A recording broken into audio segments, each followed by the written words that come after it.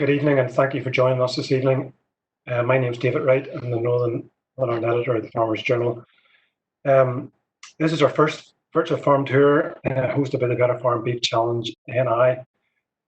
As many of you hopefully will be aware, the programme has been running for a number of years now, and since 2016 has been working with 10 suckler farmers across Northern Ireland with the aim to drive output and efficiency and ultimately improve gross margins on farms.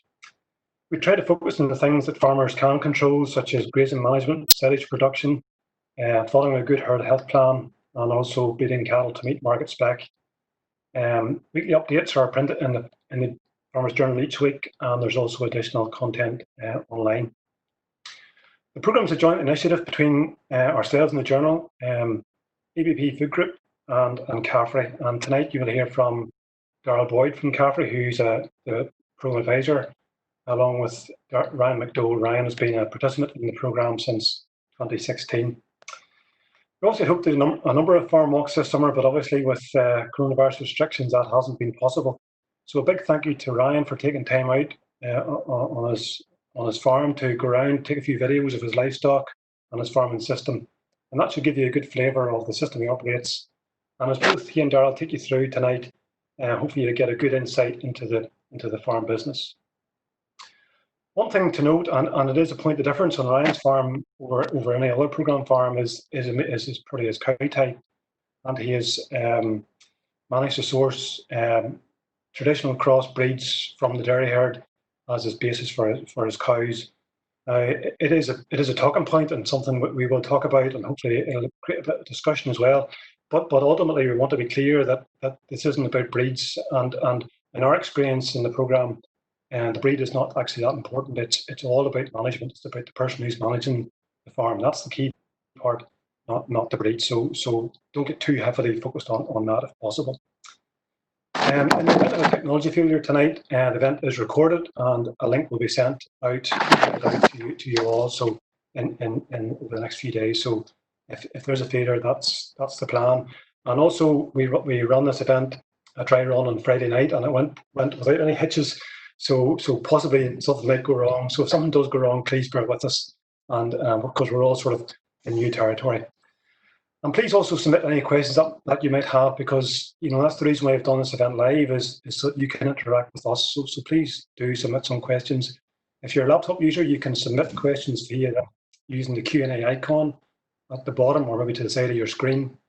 And mobile users can use the Q&A option via the three-dot icon when you tap on your screen. Whenever you are submitting a question, select the all panelists option when submitting, and we will try to answer these. We'll try to create them and answer them all in the discussion at the end.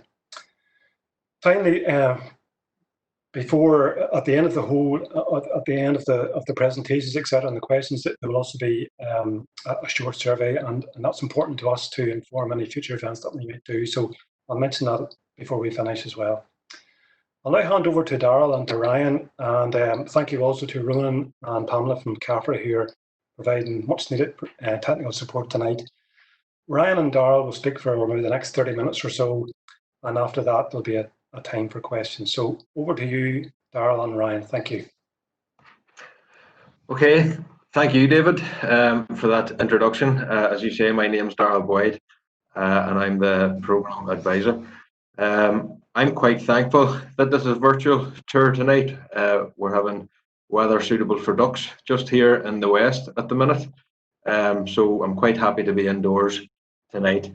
As you said, David, tonight we're just going to look at 4 or 5 big pillars of technology and change on Ryan's farm, what he's doing to try and really drive gross margin and profit.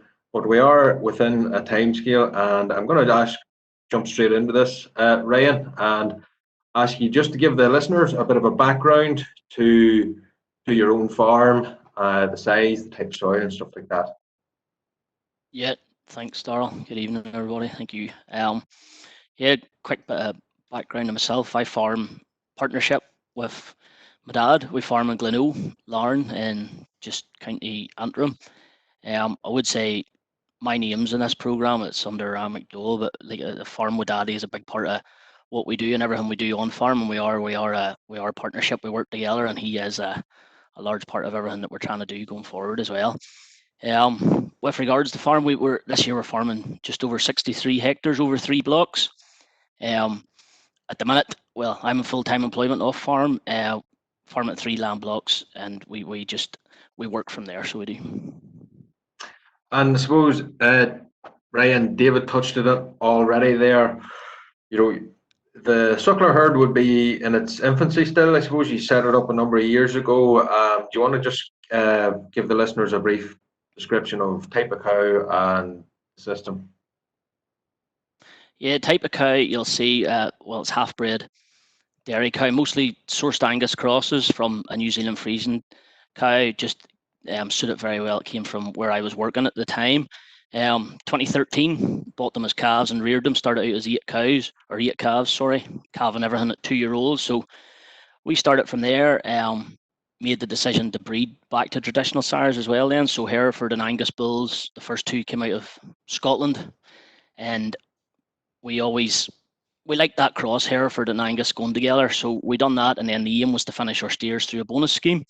And the heifers then, we've got on very well the last few years selling them. We would bull most of our heifers. We've got on very well selling a lot of them for breeding. So that has kind of led us to where we are today, and we have just pushed the numbers on that basis every year. The calves generally come from they do come from the one place, the one man every year, and we've stuck to that system up until this year, as you'll see when we're looking around there. And Ryan, as you well know, this system or the program is based on recording details, and benchmarking plays a big part of that every year. And the table on the screen there really is some of the key performance indicators from your financial benchmarking that's done at the end of every calendar year. Ryan, in the program, we obviously have a target of getting to £1,000 gross margin per hectare on most farms. That's in the program. Why this figure is important from CAFRE benchmarking and from those people that's benchmarking within the program, £650 per hectare seems to be the sort of average fixed costs that's out there. So we need to be covering that £650, and if we're achieving £1,000 gross margin per hectare, that's leaving us with £350 our gross margin or net profit per hectare, which is about £150 profit per acre. And you can say or argue whether that's high enough or we should be aiming higher, or we're doing very well to get that. Ryan, but do you want to just talk through your own figures there? And you are very much on the right path to achieving that target as well. On the right path, yeah. Yeah, I suppose 2016 was our base year. It was also the year I went home to full-time farm originally. So before Darrell came in, Francis was directing the program, and we sat down with then at the start of 2017, really establishing what our target was, where we were going. So we were aiming, I was home full-time, so my ambition was to push cow numbers, push area farmed, and get the average cow numbers up and push for the gross margin towards £1,000 per hectare, as we're saying there. So I suppose 2017, 2018, we were moving steadily up from 2016 on a good incline, and we probably were pushing to get towards our target. But 2018, when we got into the big stock numbers, I realised the need for the just capital expenditure on farm, how much we would need to spend towards housing, slurry storage, all them things. So a big decision was made, and kind of talked over with Dad a number of times in 2018 whether wanted to keep going that direction, or we knew we own a good block of land of our own. If we maybe just rein it back in, look after what we have and manage it as best we can. So kind of the decision was left for me. I decided I wasn't maybe comfortable with the level of investment, so we've slowly give up the rented ground a wee bit. We still have quite a high stocking rate, you see there, from last year, and the cow numbers haven't dropped that far yet. We have 66 cows on the farm this spring. We have sold a few outfits on just to make numbers easier to manage, but the aim then is just now to maximise that gross margin from the ground that we own. Last year, I suppose, primarily with the system we're in, we sell a lot of stock from that September to Christmas time. So we had a bad summer, we fed a lot of meal, and then we were selling stock into one of the lowest markets last year. So I think that affected the gross margin last year. So hopefully we will be going the right direction again this year. But all the other figures are trending upwards, and performance, kilograms of beef, live weight coming off per hectare there is steadily increasing every year. So now the aim is just bring it into our own ground and make as much as possible as we can from what we own. Yeah, Ryan, and there's no denying there's quite a strong relationship between cow equivalent per hectare, your stocking rate, and gross margin per hectare, and that's done off good grassland management, and hopefully we'll come to those points tonight throughout the virtual tour as such. If you just bear with me, folks, I am just going to switch from our presentation here to the farm tour as such, if that's what we're calling it. Okay, Ryan, so the herd was set up. You initially, the herd was started, you had sourced dairy calves, as you say, mostly traditional. Do you want to just explain how that come about? Yeah, I worked to Bramacrack in Newton Ards for 5 years, from 2011 up to 2016 till I came home, and milking cows up there.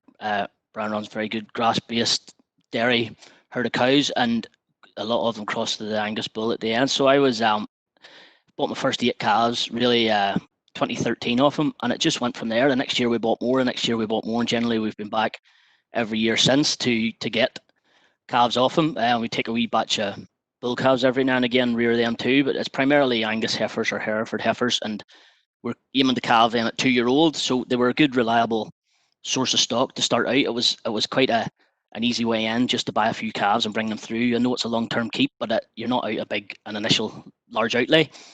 They were all coming from the one herd. I knew where they were from, knew how they were reared, I knew the health status and everything, so it was very, very good way to get in. And we kind of started to close our own herd down at that time too, so now there's only 2 or 3 herd tags in the whole herd, and I think that'll makes a difference to health, as we'll see later on. And then you rear the calves yourself, they're quiet, they're easy moved. Them calves they're in a field there, they're behind a strip wire fence already, and they get used to it from a young age, and they're very, very easy worked. So from that perspective and getting the herd started, it worked very well, and it was a good fit for us. So we've moved on from there, and we pushed the numbers every year from first cows calved in 2015. So we're only really in year 6 of it now, would be our oldest cows on the farm.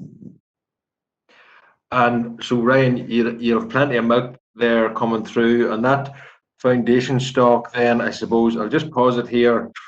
You bred traditional sires, Aberdeen Angus, Hereford, back to that half-bred cow, and kept replacements out of that. Is that right? Yeah, we would sell replacements, and we bring through some of our own. The herd's primarily made up of that half-bred cow coming from the dairy herd, and then we would be selling replacements every year. Any that don't sell or anything like that, we know where they're coming from. We're happy to calve them into the herd ourselves as well. So we have a mix, but it's primarily the half-bred cow at the minute, and that's what that cow, you have a chance, she still grows out. She's a multi-fertile animal, and we like it really as the foundation cow in the herd, definitely. Ryan, this is, I suppose, the picture in the screen here is an example of your 3/4 bred Angus, possibly. Do you want to just talk through the video here as I play them? What sort of weights you're bulling at when you're calving, and what bulls are running with these batches of heifers? Yeah, there's 14 heifers in this batch, all Angus bred heifers, 3/4 Angus bred heifers out of our cows last year. So they're going with a Hereford stock bull, who is a Hereford stock bull of our own rear, and we have a couple of pedigree cows on the farm. So that bull's out of Solpole Ferrari, and that's his first year's work with us. So he's 14 Angus heifers there. We breed generally anything over 350 kilos. We're happy enough to put to the bull. This year, with 32, there's 27 of them have gone to the bull. There was a 5 just a wee bit further behind, but we find, I know some people like them maybe much heavier than that, but we find if they're fertile and they go to the bull and they get in calved 2-year-old, if you give them that chance to grow on, they'll make it up, and they'll be fine. So that there, and then Ryan, you have a lighter mature cow weight as well, so you can work with a lighter at bulling stage for a first-time heifer. We do, yeah. You'll see some of our cow weights later on when we're at weaning. We do work with a lighter cow. It suits the ground. It suits just suits our farm. It suits the herd size that we keep. So that lighter cow, we can keep it out a wee bit longer, and maybe doesn't damage the ground as much the back end of the year. That's the second batch of heifers this year, all Hereford bred. There's a couple of limousines in them out of Lodge Hamlet, but they go to our Angus stock bull then as well. So it's just crossing back and forward, trying to breed that kind of that baldy type 3/4 cow. Maybe a wee bit more for finding good sellers. If they go in calf, the heifers generally sell very well at the back end of the year, and we're happy we've a few repeat customers coming for them now. So, And what's your Angus bull breeding there, Ryan? he's out of Lochan's herd, a bull out of Rory Best. So we've had him about 3 years now. Some of them heifers going to the Hereford bull there. We buried him last year, so he's we're well pleased with him. He's very easy looked after, very quiet bull, and very well good on farm, you know. Well, Ryan, we're going to have a look at your cows here now. We have a couple of pointers that we look at, or KPIs again, I suppose, of what makes a good cow within the program. Can you just go through some of your cow performance figures over the last couple of years there? Yeah, I maybe a wee bit sadly record maybe too much at times, but I keep a lot of figures on their cows and everything like that. For the program, I suppose main ones we record is maybe calving indexes, calving percentages, and 200-day weights of the cows, just so we can get a good comparison of how everything's doing. So this herd of cows, there's 26 in this herd. I think they all calved over 12 days in early April this year, so they're lying together and they're going to the bull. Well, they're getting AI this weekend. Cow weights, I have 2018, 2019, there's only 10 kilos in them at weaning. The 2018 cows are 540 kilos and the 2019 cows are 550 kilos. So we make the cows work hard. The calves will stay on them. Them cows there's a wee bit fleshier this year, but coming in, that's the weights we generally are when weaning comes. Calves at 200 days, both years have been the same, 270 kilos. So we have cows at that age with calves 49 and 50% of their mature body weight, which is what we're aiming for. It's just a smaller frame cow, and then the calf works hard off it, and the cow works hard off the grass. We would feed as little meal as we possibly can, you know. And what about fertility then, Ryan? Because that half-bred cow sometimes on tougher farms especially, it can become leaner of herself and maybe not get back in calf. What about your own experience? Yeah, we generally don't have an issue that it's I know that the cow doesn't suit everybody, but like we say, it suits here. Smashing calf on the screen there now is probably the best calf we had this year. With regards to scanning, 2018 we scanned it. Well, 96% of cows were rearing a calf that went to the bull, and then this year, 2019, we're 95% of cows rearing a calf that went to the bull. So, you know, on a herd, your cows not going in calves 1, 2 at the most sort of thing. Everything generally holds, and that's over quite a compact calving period too. The bull's not running for a long time. So calving indexes, we were like 2018, 371 days, 2019, 383 days, and this year it's a 368-day calving interval. So it crept up a wee bit last year, but we had a bit of a problem with the Hereford bull in 2018, so we noticed it early, and thankfully we got in there and got it sorted before it became a real issue to us. So yeah, we've a good tight calving pattern, and that leaves us with just good even batches of calves when they're going to grass then, so it does. Well, Ryan, as David said at the start, we don't want to talk too much about breeds, but we've been talking about traditional breeds the whole night on your farm. There's a few Charolais calves in there. That reflects a bit of a change in breeding strategy last year. How's that going, or why is that happened? Yeah, it was. I suppose it was we're trying to push daily live weight gains in the calves and maybe push carcass gain on the finished animals. We'll probably touch on that later as well. We were always very much Angus. I suppose it's a bit put hybrid vigor into the herd as well. We were maybe worried we were breeding too much Angus at times. So it was to just change it up. We used a lot of AI last year. So, well, first thing we looked for was easy calving on them. So we looked at the easy calving Charolais option. We have a few limousine calves through the herd. It was just a chance to do something different. AI suited me because it was the first year I was back off farm. So doing a AI in one batch just suited to try the cows to something different. So Dad loves the Charolais, so to keeps him a wee bit happy as well. So it does. So you see over this hedge, we're cleaning the grass. That's the sort of clean out we'd be looking for every time cows is grazing. We're not afraid to hold them tight today, especially in this drier weather. Try and make them clean out everything they can. So it was like I say, push carcass gains and increase daily live weight gains of the cows, just to see. We know our cows are fertile, we know they're milky, so just to push them that wee bit more to see what they can do with the better genetics over them as well. Well, Ryan, you're talking about that change there. Have you seen much of a change? Have you, the calves are still fairly young there, but have you been weighing calves? How are they doing this year? Yeah, we've Weybridge on farm. It kind of follows us around anytime stock's in. So with them in, they got their second dose of Bravoxin last weekend, and the average, with their Angus calves on them, they're averaging 132 kilos at 68 days old, which is 1.35 since birth. And the Charlie calves are averaging 153 kilos at 71 days old. So they're doing, on those cows, they're doing 1.51 a day. Now I know they're young, they're 70 days, but they've had a great start, a great spring, and the milk in the cows is standing to them. That might tail off later in the summer, but they've had a wonderful start. And this year, 614 just was highlighting a really, really strong outfit we have. She's a 5th calver this year, so she's just one of the ideal cows or herd, does everything right, and rearing a really good calf this year. Ryan, you mentioned there last year you done a bit of AI and batches. By batches, you're meaning fixed time AI, and you're going with it again this year. Perhaps that a wee bit unusual or not that common in the suckler herd to be fixed timing AI cows. How have you found it, and why do you go down that route, I suppose?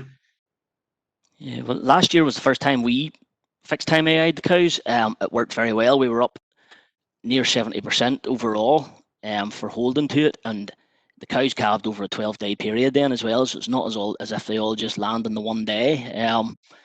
It suited fixed time because, like I say, I'm off farm all week, so it suits to do it all in one morning at a weekend and give them a chance. So because it went well, we're prepared to try it again this year. I suppose if it hadn't went well, things might have been different, but when stuff goes well, you're inclined to repeat it, and that's what it is. And then just it gives us access to different genetics, better genetics, a chance to try things. You don't have to, you're not relying on one bull to do 30. We can buy a few straws of another bull if we want to try them. It gives us options at times too, just to sell calves at different times of the year then as well.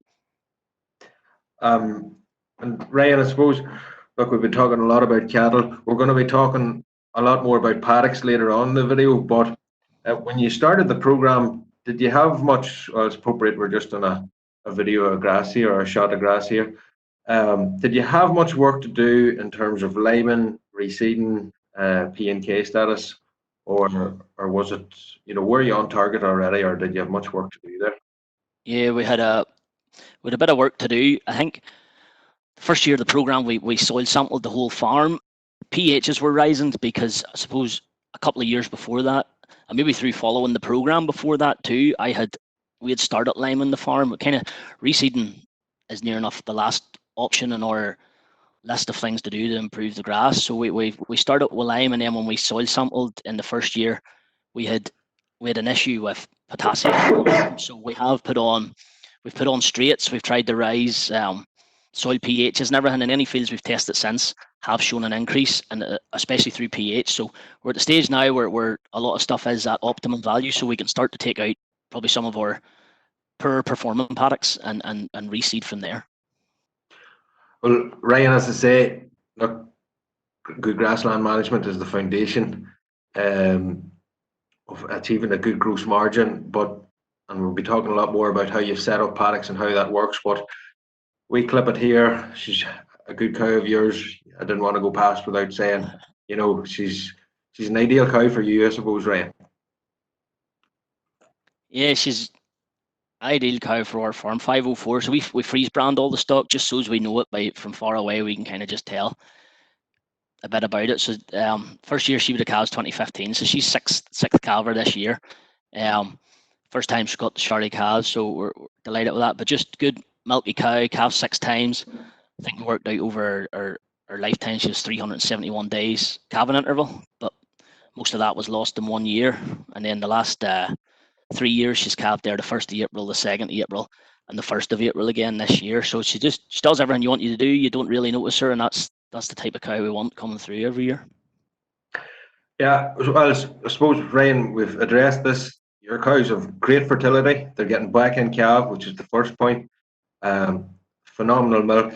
You're getting great growth on the cow, or great growth rates from the calf on the cow. You are working at a lighter carcass weight, as you already mentioned there. Just as we're going through this video of your bullocks here from 2019 or 2019 born, do you want to just go over a few figures in terms of the performance of those finishing stock? Yeah, we've the bullocks. We've 32 bullocks at grass this year. This is probably 16 heavier ones. With 16 lighter ones lying on the out farm we talked about. So they're grazing a 9-acre field here. They've been in it since the 1st of April. It's split in 4, and we've the opportunity then to split that field in 4 again if we want. So this was just recorded just to show how easy they are. Shift it once they're trained behind the fence, they just move on. So there's 16 in there. They went out on the 1st of April. I was off for the week and it coincided nicely with calving, and the ground dried up pretty quick, so we got them out. On the 1st of the 4th, I think they were 429 kilos, and dosing and weighing last week they were 511. So they're doing just over a kilo a day at grass this spring. And we weighed their mates here in the other batch, 16 last weekend, and they're 450 kilos. So they went out 40 or 50 kilos behind, and they're still that 50, 55 kilos behind now. So this is definitely our stronger batch. With regards target weight and that, we would be, last year, we're averaging about 306 kilos. That was at 18.9 months of age. In 2018, we're averaging 291 kilos at 19 months of age. So we're looking to finish stock early, finish stock off grass if we can.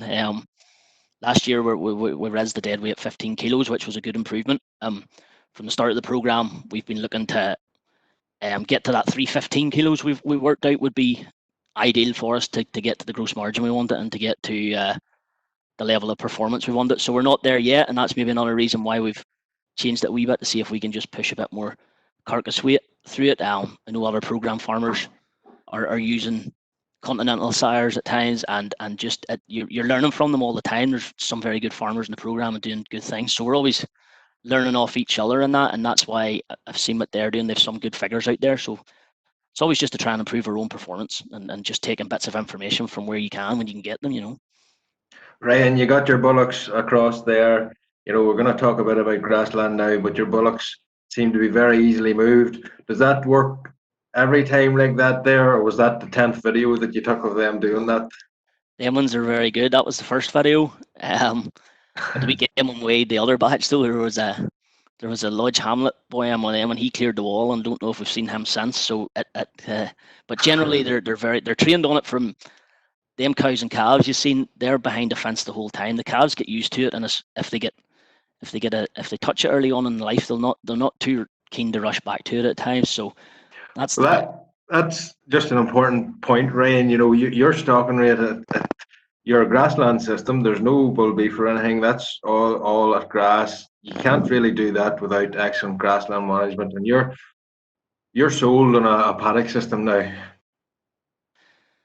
Yes, even if Dad sold on it too, I think. So I think I probably started setting this up maybe back 2013, 2014, and I think Dad thought it was mad at the start, and now he'll put up fences where I wouldn't be putting them up. So he's well sold on it. But yeah, we just started splitting fields and buying water troughs and running out pipe across the top of the ground. I don't mind blue pipeline and the ground or anything. So we'll just if we think we need a water truck somewhere, run the pipe out and connect up the water truck and run a wire across the field. That field there's 10-acre field split in 5, and this paddock around at the minute it's split again, so we can very quickly have 10 1-acre paddocks. And I know the ground there, the grass was a wee bit longer, but that was recorded when it was very, very dry, and we just weren't rushing to take out excess silage around at that point, so we were still needing to graze everything we had. Well, Ryan, there's probably a bit of work at the start setting up paddocks and a bit of investment, but really, was there a big investment to getting it set up? Well, I worked it out.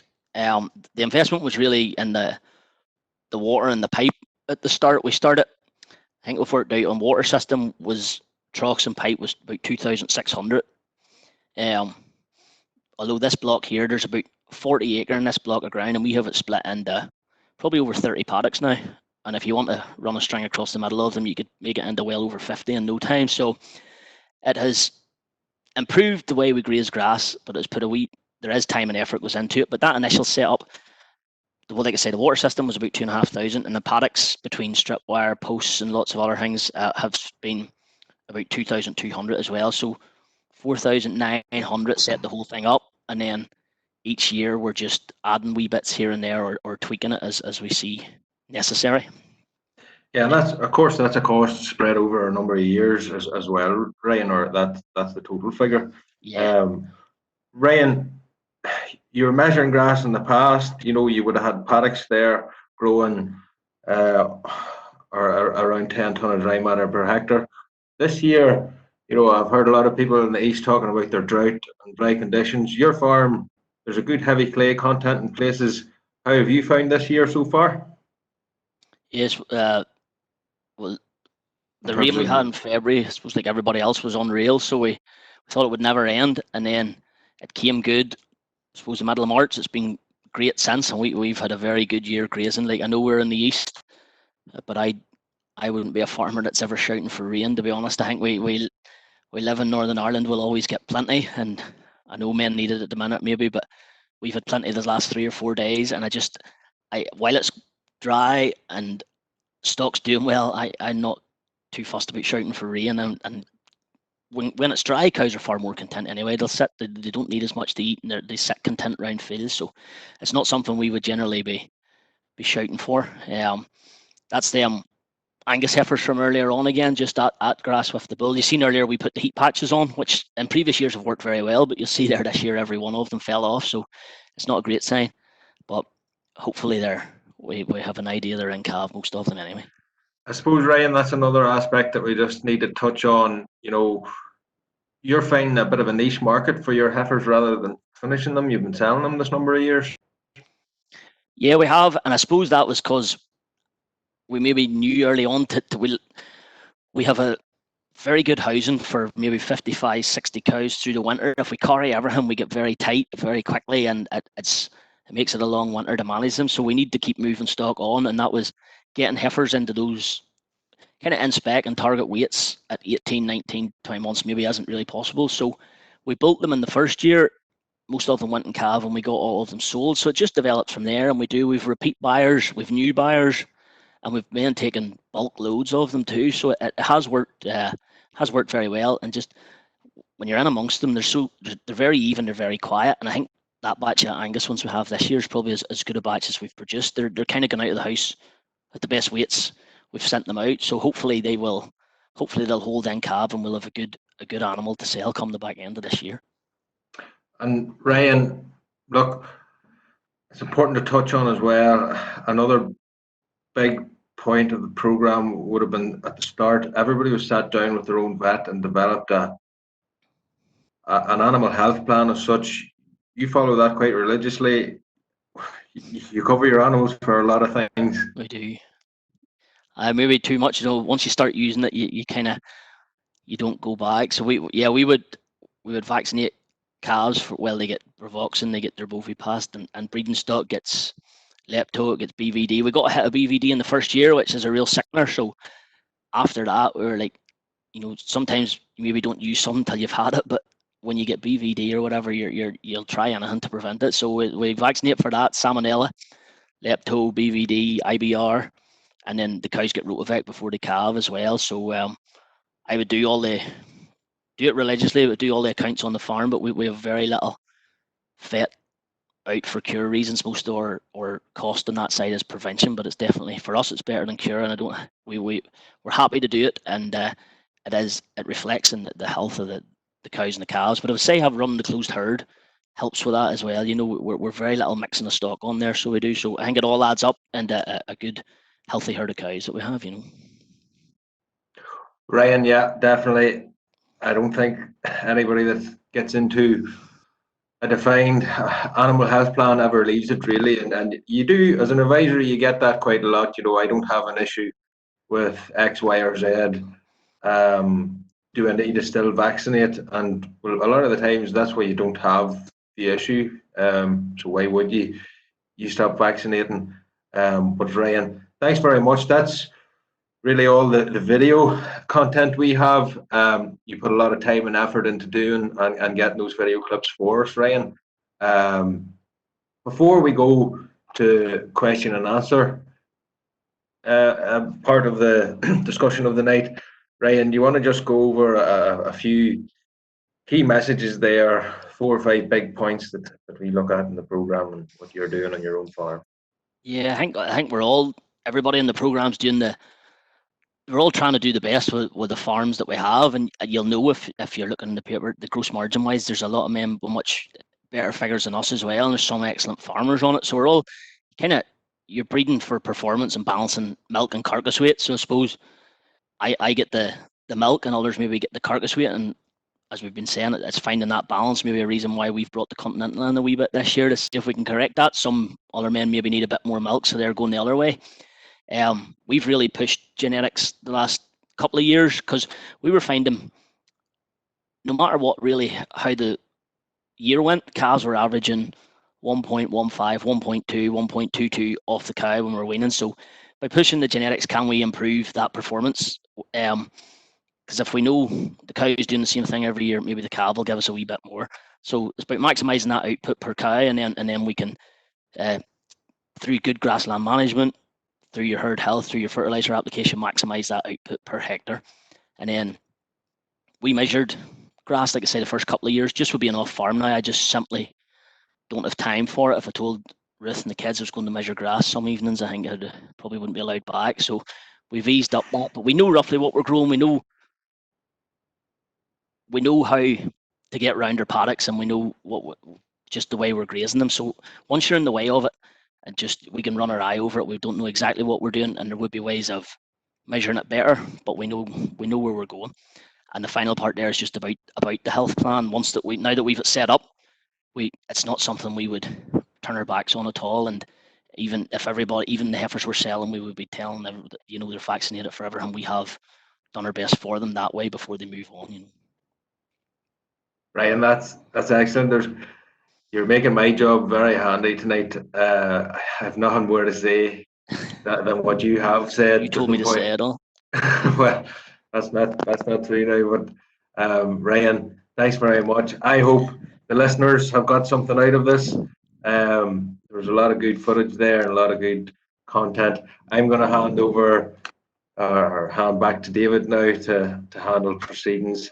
And just while David's going over that, I've just put, look, depending on people's internet or broadband connection, they may not have heard just all the details that we talked about there, but there's some physical KPIs from Ryan's farm on screen as we go through the Q&A. So thanks very much, Ryan, and over to you, David. Thank you.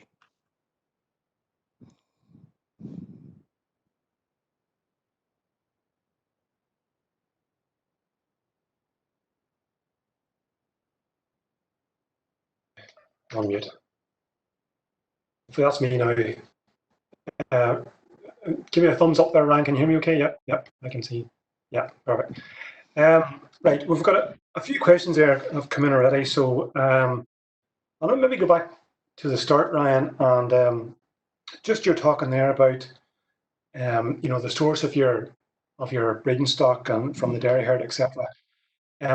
I suppose looking at it from an outside perspective, you've got a young herd, of cows, and I suppose the issue has been in the past with guys who have bred out of the dairy herd has been longevity of their animals.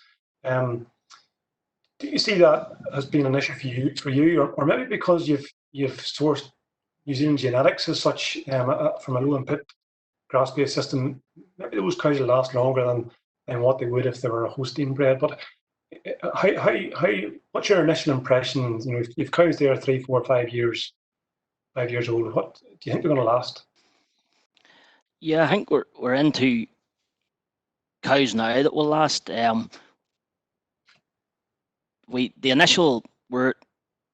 oldest calving cows have calved 6 times, and that only started with 8, and we've 2 of them left. So in 6 calvings, 1 has dropped out a year. So I think that's just over about 12% if we're going on that rate each year. If that was what it was, we're always bringing in more than that, so I don't mind too much. The two we have left show no signs of letting up this year, and provided they go in calve, their elders are good, they're good on their feet, they're fleshy cows. I don't see any reason they'll fall out.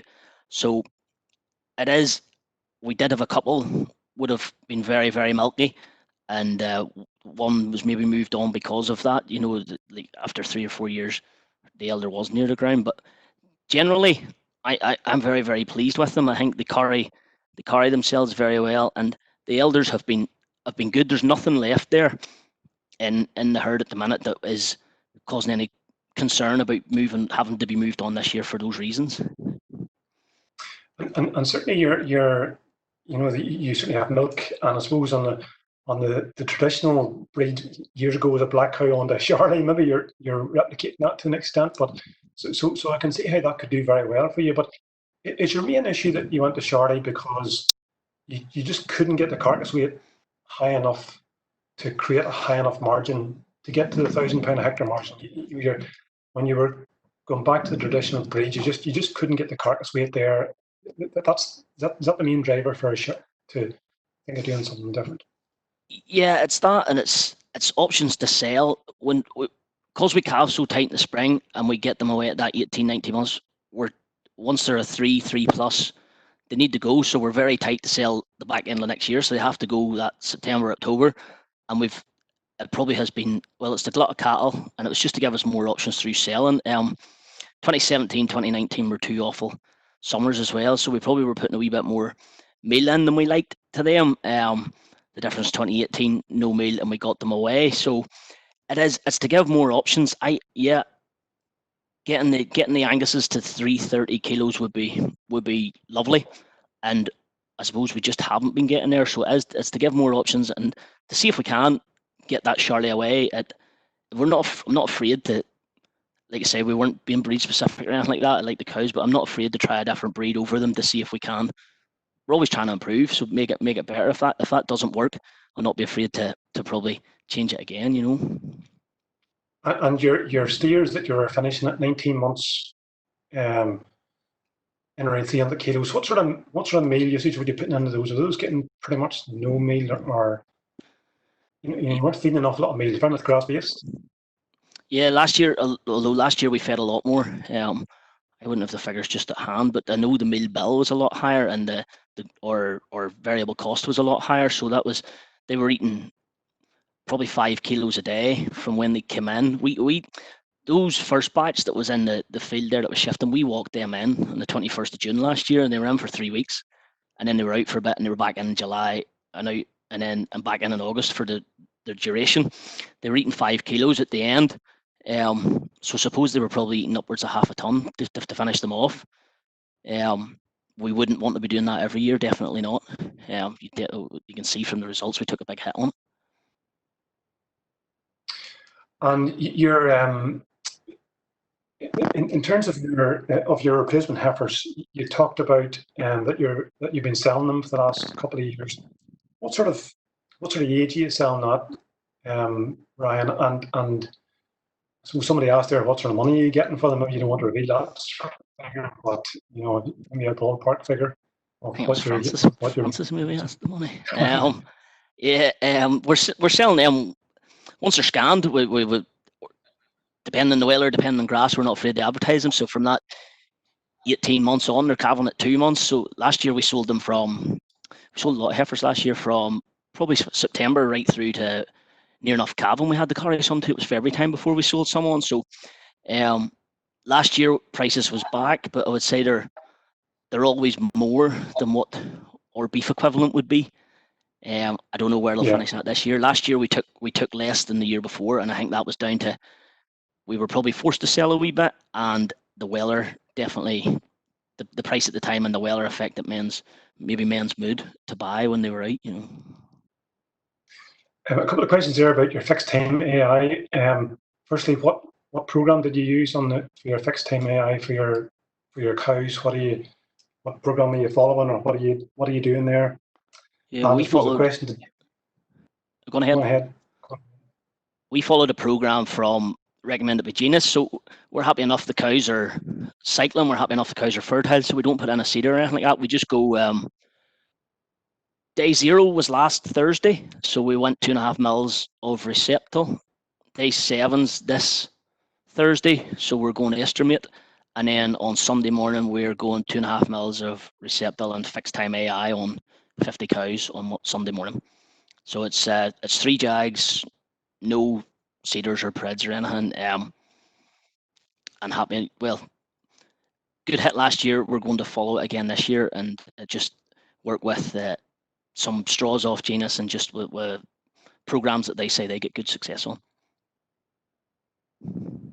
And Darrell, there's a bit of a saving there, not going with the pred, but at the same time, does a fixed time AI program on a mature herd of cows it comes with a fair bit of cost, and is that cost justified in your opinion? Well, David, it's always going to be more expensive than natural AI, obviously, and it depends how much you value your own time. I suppose Ryan, he's like myself. He's a set number of days holidays in the year. He wants cows to be calving relatively close together, and I know you can still have a fortnight between them when they're AI'd in the one day, but they're going to be calving relatively close. He's going to be cutting down on time watching for AI, so it is dear, but it depends how much you value your time outside of farming and how you spend your time. But you mentioned there, Ryan's making a bit of a saving, all right. Cedar's probably the dearest, or one of the dearest components in the program at between £8 and £10, depending on where you're getting or what brand. But if you're going for a gold-plated standard, if you weren't confident that your cows were cycling and you used a cedar, estimate, Receptal, and you done a pre-scan, I'd always recommend using a pre-scan. I'd rather waste £2 than £17, but if you do all that, it can be coming into £17, David, and you add your AI cost on top of that, but add another £10 on there, you could be coming into £27 for one animal. If you get bad conception rates, if you get 50%, that could be coming into over £50, £52 a head per animal scanned in calf. So it's essential, if you are going down it, try and follow best practice, do a pre-scan, and try and get as high a conception rate as possible. If those figures that I quoted, if you're getting 70% or above, it brings the cost down to £38.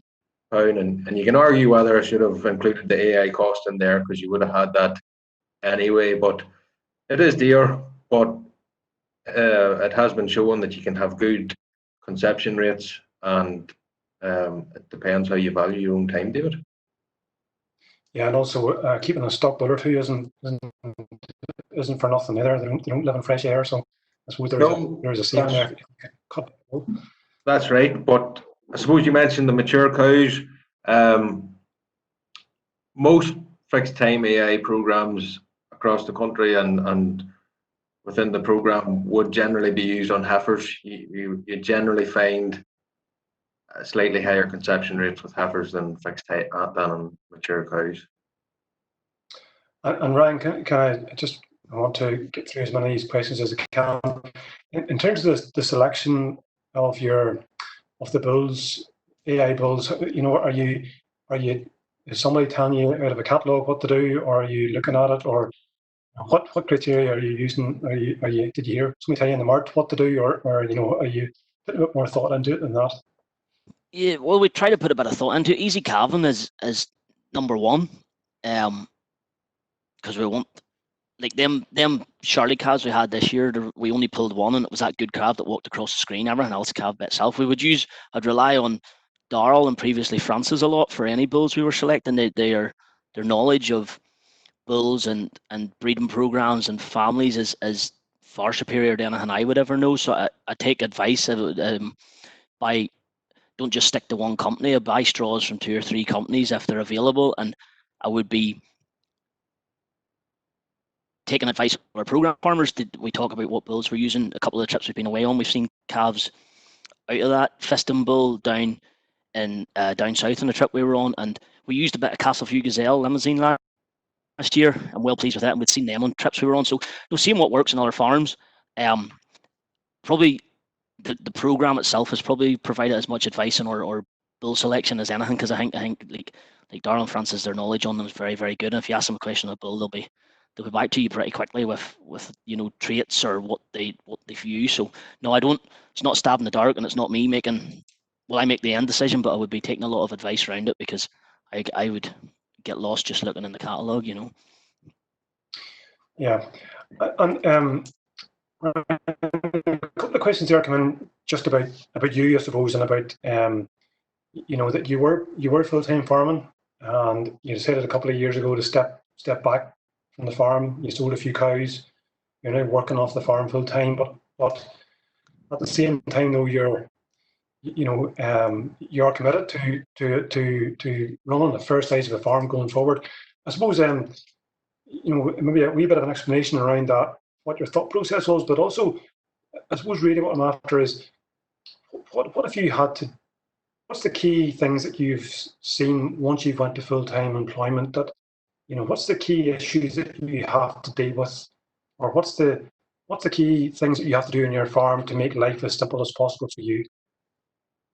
We have to make farming as simple as possible first, and the job and the family have to come first and second, really. So farming needs to be as simple as possible. After that, Dad's a huge help, a huge part of what we're doing, and it would be very hard to do it without him there. Even I suppose this spring we sold some outfits because of COVID situation too. We were trying to stay apart as much as we could, so I was rearing calves and at home for calving, but Dad would be looking them a lot in the fields and everything. Personally, I just wasn't comfortable with what I thought would be the level of investment needed to push on the back of a lot of rented ground as well, and you never know. Very good relationship with the man we rented off. You probably could have got it long term, but you just never know. And that level of debt maybe and reinvestment needed didn't sit with me. Would have been left not with it on my own, but Dad left it to my decision. So while Dad's fit and able, that mightn't always be the case as well. And I think just the pressure you put yourself under to go to that. I was keen to go to over 100 cows, but to do that and then end up doing it all on your own, I think it's an awful lot of work and an awful stress you take on at times. So I got offered a job and I took it, and I've no regrets that way. I'm happy as we are at the minute. I'm happy with the level of stock we have. I'm happy with the farm we're running and the facilities we have. It just suits very well keeping 55 to 60 cows without having to overextend ourselves. So there was a number of decisions. Family was another one. I have a young family that I want to be able to go away with as and when we can, nearly, rather than needing someone to come and look X amount of cows while we're not there. Like we can, if you've got a wee bit less, we can still make it work and still have that family time. It's don't want to blink in them to be late teens or something like that. No, it's a fair point. And have you invested in your handling facilities? You must have good handling facilities to be able to do that, handle cows quickly. Have you invested in that area? Question there. Yeah, we did. I suppose Dad invested in it. 2010, we built a real good handling system with crush. At the out farm, we've a good race. There's probably wee bits could be developed, but it's a very easy system for two people to work, so we can run a lot of stock through quickly. And the cows are very easy brought in because we can run strings out to make temporary lanes. If it's dry, they'll run straight into the yard a few 100 meters in no time at all. So that way it can be done. We'll do all the vaccinations on a weekend morning, and it doesn't take too long to do them. Two people can do it. The next wee bits you'd always improve. You'd want to improve stuff continually. I would love a big hydraulic squeeze crush at some point, but we're not there yet. But we do have decent handling facilities. We've good calving facilities. We have cameras up, so when I'm working, I can check cameras through the night, and we'll just pull calves on the straw at night or cows on the straw at night, and I can looking through the night. You wake up, they're high quality cameras, so we can check stock without having to be sitting on them all the time. So just wee things to make things easier. We're always trying to make things easier, and always trying to. The fertilizer shower hasn't been on this year. We've contractor in to do that. We've done very little slurry. Contractors done it. Silage, we've no more or anything like that. We have kind of machinery down to the bare minimum, and we look after stock and kind of get, I suppose, machinery men. They're nearly all professionals now anyway, so get professionals in to do that type of work, and it's working well for us at the minute. Right, I promise I would finish in an hour, so I've 3 questions here left to go. 2 for you, Ryan. Maybe if you can give one-word answers. No, I'm only joking. In terms of trace supplementation in your cows and your store cattle, do you do any trace elements? I take it you do dry cow mineral, but do you do anything over and above that? No, we do dry cow minerals. Again, through the program, we did a lot of blood sampling in the first couple of years. So that kind of, we showed up what packs we needed. So we get a mineral pack based on that. We've got the same one the last couple of years. We will go, again, we're not afraid to go a bells and whistles mineral pack sort of thing with a lot of high iodine in it to help the cows. Been doing the same one the last few years, and calves come out fit, lively and healthy, and are up very quick. We wouldn't, for young stock, there's no supplementation goes into them. Cows this year, we had 3 took milk fever early on. I think it was a combination of the weather and just putting them out. So the last 30 or 40, last 40 cows to calve got a bolus going to grass just to try and ease them up with no more issues after that. But we're not putting anything into young stock, man, just the cows and a good dry cow mineral. And finally for you, your fertilizer regime on your grazing area, Ryan. Somebody asked there, what are you doing there? I take it you're going straight in probably on your grazing ground at this time of the year, or what's the plan for now to the rest of the year? Yeah, we went urea, 3/4 a bag urea to start. Then we've probably done 2 rounds, 3/4 a bag again of 27.44, 25.55 like that. But we have straight in the yard now for sower man is coming on Friday.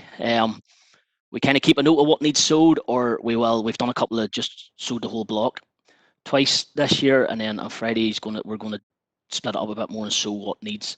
So kind of developed quite a good relationship. How when he's a sower on, we can phone, he'll nip in and sow a wee bit here and there. So that has worked quite well, and just it makes it easier. Again, it's not time I have to take up to go and sow fertilizer. Okay, and Darrell, just for you, just maybe to sum up to an extent as well, but in terms of your experience in the program, and you're an experienced advisor as well, you know, Ryan's doing a steer system and selling heifers, but you've other guys doing other things. What in your experience are the key things to drive output per hectare and gross margin per hectare? I suppose what system is the most profitable system on the program farms? Well, David, as you say, we've we've weaning producers, we've store producers, we've steer and heifer finishers, and we've bull beef. And you know, the first thing I'd say, it's a bit like the breed. It doesn't matter about the breed. Sometimes it doesn't matter too much about the system. Whatever system you're going on, you focus on the 5 big things there that we talked about in terms of getting calves, getting your output from your cow first of all, and building numbers then. But if you looked over the history of the figures of the program over the years that it's been going on, the bull beef does seem to be the strongest system, relying on providing you have all those other factors that we're talking about. Especially that growth on the cow at that stage, the higher you can wean a calf. If you're getting good high weaning weights, you're doing less with the bucket with the male in the intensive bull beef system, and you're having a good margin in it generally. Now it can go up and down, you know yourself, David, depending on inputs, depending on the beef price. Your bulls are generally all coming at the one time a year, but in general, especially this year, it's going to be working out the beef price okay for the spring bull. But in general, the intensive bull beef system would seem to be leaving the best margin. But if you were said this the other night as well. If you're going from 50 cows in a steer and heifer, finish the steers and heifers situation, and you decide to go to bull beef, and you decide to keep 50 cows, the same number of cows, you are going to be worse off. The strength of the bull beef system is the fact that you don't have those animals going out, or the young stock, in their second year. And if they're not going out in their second year, for you to maximise, what you should be doing is maximising cow numbers then that you can keep, and the extra cows should be extra output. And that's why the bull beef system seems to be a winner generally over the years. Yes. And Ryan, I'm sorry, just two quick questions there.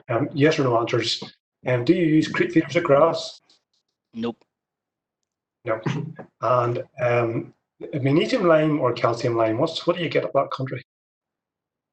Well, all our soils always come back very high in magnesium lime, so we were just putting on calcium lime. So we were. Okay. We Kilwater used to do it. I think they kind of stopped now. Don't know where. We haven't put lime on for a couple of years, so I don't know where it would come from at the minute. But all the soil samples always come back very high indexes for magnesium, no matter what field we were in. So we never used it. Yeah. Okay, look, I think we will draw to close at this point. I promised it would be an hour, so I want to try and stick to that.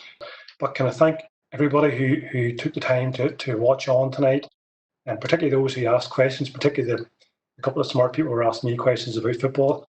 We'll not go there. And most of all, can I thank Darrell and especially Ryan for his input and for all his effort. And look, it's put yourself on out there, and it's not easy to do that. Nobody's done to do that. So you've made a great job of that, Ryan, and appreciate that very, very much. So look, thank you to everybody, and hope you have a good evening. So thank you.